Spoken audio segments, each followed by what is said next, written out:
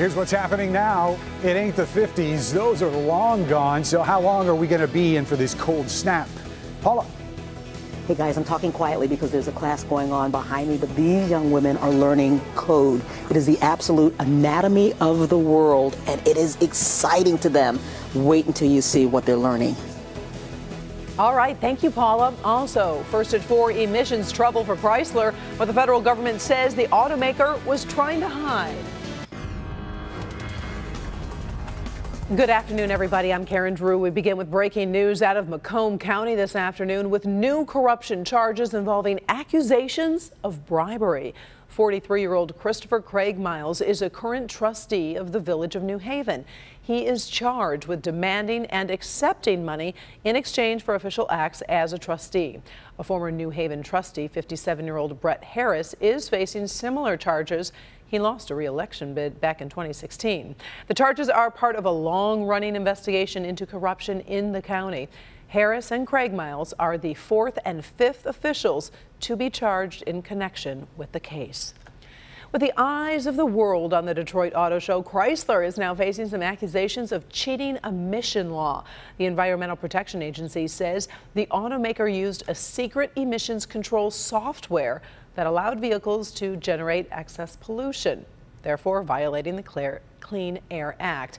The accusations concern about 100,000 trucks and SUVs sold since 2014. The company has issued a response saying they intend to work with the EPA to resolve the issue. Business editor Rod Maloney is sorting through the notice of violation, and he'll have more tonight at 5. Moving to Detroit, police and federal investigators raided a motel during an investigation into drugs, prostitution, and human trafficking. The Victory Inn Motel on Michigan Avenue has been a focus of Detroit police for years. In 2016, they say they were called to the inn 115 times. And recently, even nearby residents were starting to notice what was going on. I get here like around 5 o'clock in the morning. I see people coming out of there like in skimpy clothes and stuff, and I just be like, whoa, what the hell's going on? Michael Kindle goes to school across the street. Officers arrested several men during the raid, although the details of those arrests are not known at this time. We are told police are trying to close the motel, and that could happen as soon as tonight. Detroit police are still looking for answers in the cause of a body that was found on the runway at the Coleman A. Young International Airport. This was breaking news yesterday, first at 4. Police have not released the man's identity yet. An autopsy has been done, but results are pending. Flooded streets were a problem in some spots around Metro Detroit this morning. Beach Daily in Redford was closed between Plymouth and I-96 after rain caused flooding underneath the railroad tracks. Despite warnings from police, one man tried to force his way through. His car stalled. Luckily, a firefighter was able to help him. Actually, a firefighter was driving by in his truck and he helped me push it out, so that was pretty awesome of him.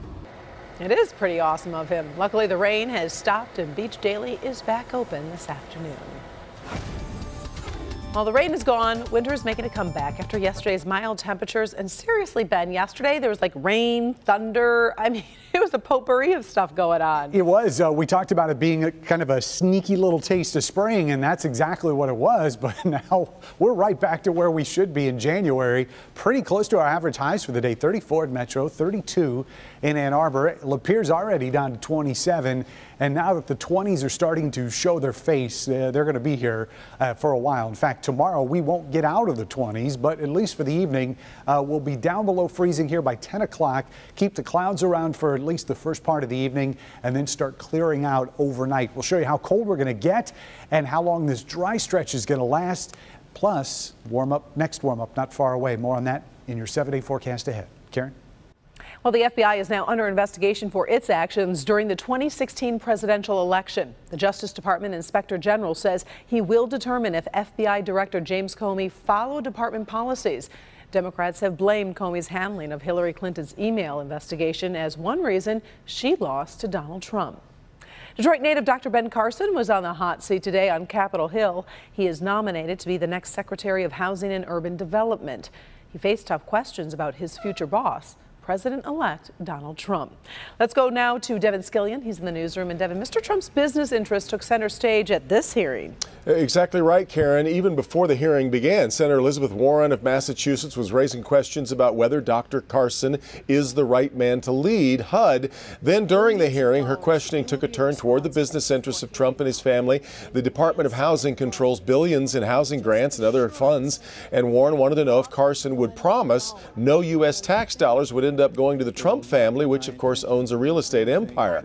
Carson says it's a tough promise to keep, but he made this vow.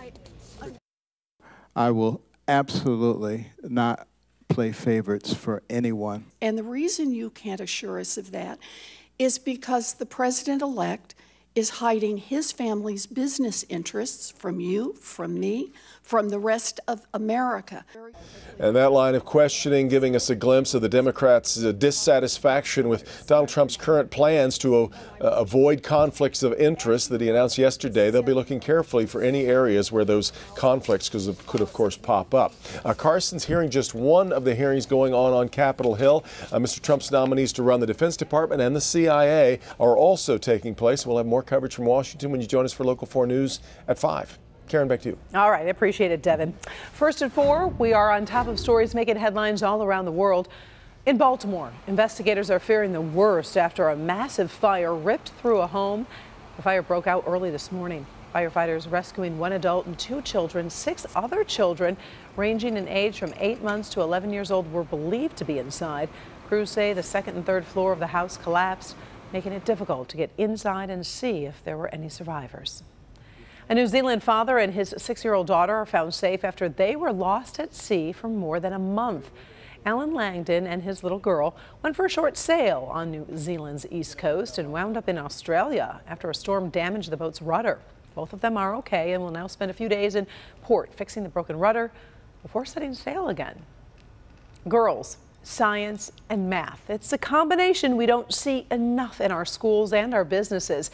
Take a look. One study showed that 21% of girls say their parents encourage them to be an actress, actually, while just 10% encourage them to actually think about a career in engineering. And while women make up half the U.S. college-educated workforce, they account for just 29% of the science and engineering jobs. Our Paula Tutman shows us what some local female scientists are doing to turn those numbers around. Hey guys, I'm doing this in whisperitis because there's actually a class going on behind me. But you know what? When I was in school, I remember a great field trip was going to the zoo or going to the theater. And you know what? I grew up and I was interested in animals and I was interested in the arts. These days, a field trip is like this. Going into a place where you actually learn science, engineering, and technology. Now remember, the arrows should all be pointing in the same direction because this is the direction we're going to tell the electricity to go. Exposure. It seems like such a simple word, but it really isn't. Think about when you were young. What were the things you were exposed to that still impact you now? Well, that's the purpose of Launch Learn Code, Girls Empowered. When you find your passion, when you find what gets you up in the morning, be it science and math and technology and engineering, or what you can do with science, math, technology, and engineering, that is what will move you forward. Today, a huge group of middle school girls got the all-important exposure, hands-on experience of creating the sleight of hand most people think is magic.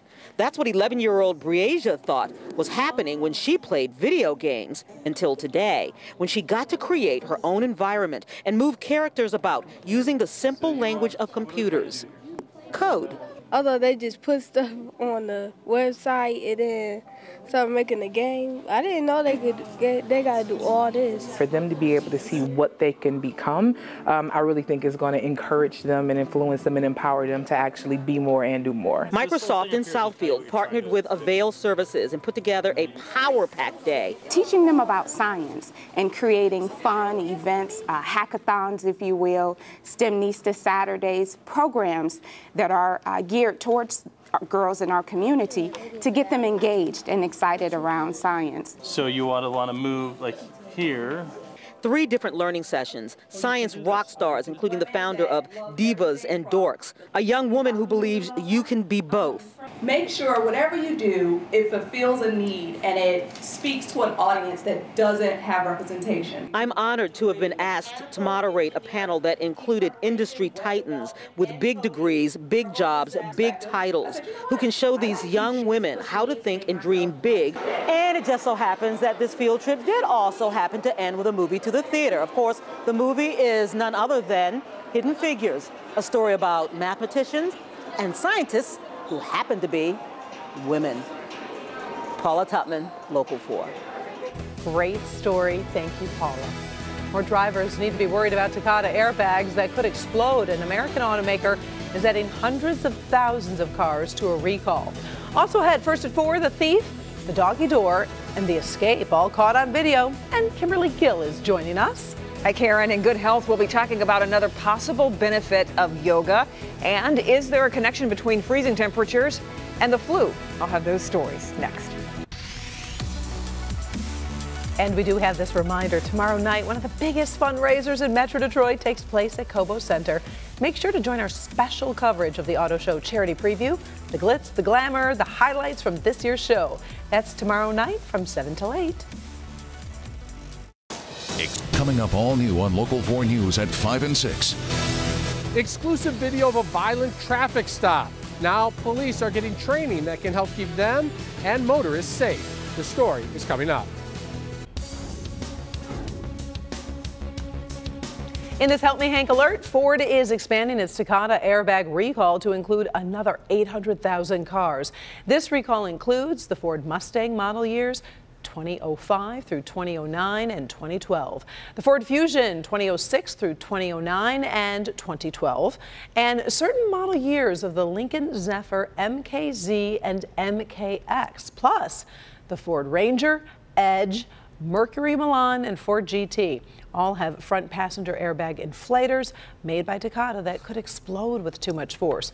Now that is a lot to remember, all those models, so we did post a complete list at clickondetroit.com. You'll find it on the recall page. In Good Health, we are talking about the flu and another reason some people might want to try yoga.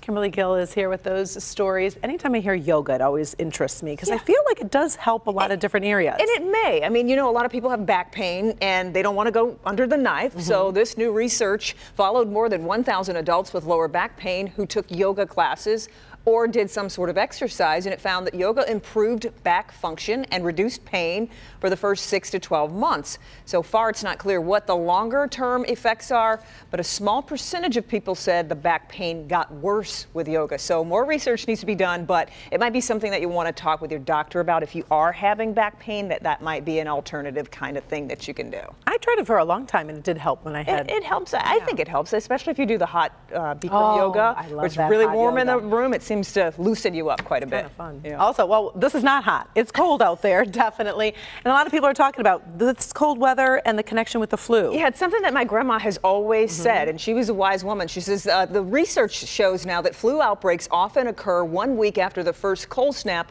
with temperatures below freezing. So this new research is out of Sweden, but it looked at 20,000 flu virus samples and weather statistics, and they found a cold week with temperatures below freezing would spark an outbreak of the flu a week later. The study supports the theory that cold, dry air helps spread the flu virus. Researchers say knowing when the outbreaks are more likely to happen can help with campaigns for vaccination and prevention. And you have to think, too, that it will also help urgent care centers or hospitals prepare for people coming in, the influx of people. So just remind the basic folks to keep washing their hands a little extra. That's right. All right. Thanks, Kim. Appreciate it. Smart grandma.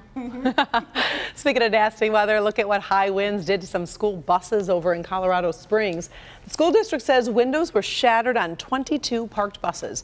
They suspect pressure built up from powerful winds literally blew the glass apart. The buses were empty at the time. No one was hurt. And I'm assuming some kids probably missed some class the next day. That's crazy. Thank goodness that didn't happen while the children were on board. Yeah, we had those 50-mile-an-hour winds the other night. It's been a really crazy week. It's keeping your interest, isn't it? It is. It's I job see weather. I security think for Ben me. Bailey. I'm like, what is going on? Well, we do have more changes. These probably are not going to be your favorite ones, but depending on how you view winter, you may or may not like what we've got to say. We're going to look back at this morning. We started out dry here at 7 a.m., but we had a push of a considerable amount of moisture that came through here. Rain, freezing rain, and even some snow in parts of the area. That moved out, left us with clouds, and that is where we sit right now under cloudy skies. But that will be changing as well. In fact, last night, as we headed towards the midnight hour and even after, temperatures made it into the upper 50s, believe it or not, after a lot of us went to bed. But then they came crashing down this morning. And right now, some of us are above freezing, but that's south of 8 Mile. North of there, we've got temperatures which are in the 20s, and we're all going to the 20s for overnight lows tonight. Some may even see teens. We'll look at that in your 4 zone here in a second. Here's how things are going to shake out overnight. We'll see the clouds start to clear out, and that will allow temperatures to drop into the teens in some spots. Tomorrow, after a little bit of sunshine early, clouds start building back as we get into the afternoon. Not going to lead to anything as far as precipitation goes, and we'll probably see more sunshine Sunday than we will on Saturday, but it does look like we got a dry weekend ahead of us. Let's look at your 4 zone forecast. These are low temperatures tonight, how we're going to wake up tomorrow morning. Metro zone numbers, man, what a difference considering we were at 58 early this morning, and we're going down to lows in some cases outside the city here, 18, maybe 16 up in West Bloomfield for low temperatures. South zone lows anywhere between 19 in Onstead, 23 in Luna Pier, 22 in Monroe. Everything just a little bit milder out here towards the lake. West zone lows will be some of the coldest here, 14 in Flint, down to 19 in Canton. And looking at our north zone, north of 59, these are all in the teens, anywhere from 13 in Sandusky to 17 in St. Clair. Now, by the afternoon hours tomorrow, we're not really going to warm up all that much. 26 is as good as we're going to get. And after just a little bit of sunshine, it's going to be mostly cloudy skies through the majority of the day. And even with just a minor wind at 5 to 10 miles an hour, our wind chills are going to be in the teens tomorrow. So if you just look at the first 3 days of that forecast, temperatures 20s to 30s, then from the King holiday through Thursday, it's all 40s for highs. In fact, morning lows are even going to be above freezing in some of these days on Tuesday and Wednesday of next week. Karen? All right, thank you very much, Ben. Coming up first at 4. During the holidays, police were warning us about thieves stealing packages from right outside your door. FedEx is offering a new solution. We'll talk about that. Plus, can you see what this thief is doing? The video might have pet owners rethinking their doggy doors. All right, check out these burglars over in Arizona. At first, it seems like any other robbery. That is, until one of the suspects, look, it looks like he's given a dog treat, but he's actually sneaking through the doggy door. While the dog was preoccupied, the suspects made off with thousands of dollars in electronics. A neighbor found the dog hours later wandering the streets before discovering the burglary. The suspects still on the loose. So many cameras and people are still doing this. I know. Don't get it. I know, but he's still on the loose, so. That's true. Doggy doors. In today's top trending stories, FedEx will be offering a new delivery option that will help protect the packages that you order. FedEx is teaming up with Walgreens to offer package pickup and drop off at 8,000 stores across the country. During the holidays, we talked about how thieves were stealing packages left on porches, so this would help prevent that. A small-scale rollout is scheduled for this spring. The service won't go nationwide until 2018. They make it drive-through, it's a winner. Yeah, because I'm like, I'm not parking, I'm not walking into Walgreens to do that, because that was the whole purpose of me ordering it to my door. Exactly. You and I are a little lazy. You knew this had to happen at some point. If you use Instagram stories, you'll soon start seeing some advertisements. The Facebook-owned company says that companies will be able to place their own 5-second video clip in between Instagram story user content. About 30 brands like Nike, Netflix will begin testing the ads later this month. Still ahead, first at 4. Why did this camel cross the road and head downtown? The story behind this video, and it's all for a good cause. 22 families evacuated, kicked out of their homes on Christmas Eve, and 3 of them may never be able to come home ever again. All of this is because of the massive sinkhole in Fraser. It is one of the most expensive repairs Macomb County will ever see. But how did we get here, especially when it's happened twice before? And who is going to pay for this? We already had a couple of red flags. There was something with this pipe. First time you walk down there and you see it, you think, oh my goodness, what the heck? But we are not just looking back, we are looking forward as well tonight on Local 4 News at 11. So you're a fan. Finally, first at 4, it's not every day that you see a camel walking down the street, but it did happen in downtown Omaha, Nebraska yesterday. Hey, guys, guess what day it is? Guess what day it is? Oh, you're right. Okay, see, I didn't even get that. This is Zebediah. Yes, he is a camel, and he was walking around the streets of Omaha for a good reason. He was helping spreading awareness about an organization where animals are actually used as therapy for disabled adults and children. Well, that is a great cause, definitely. And of course, like you said, Ben, it was hump day. I love how that just totally went over my head and I didn't remember that. You're like, what is he doing? Why is he getting excited? Thank you so much for spending part of your afternoon with us for First at 4. We're back in a half hour with Local 4 News at 5. Inside Edition is next.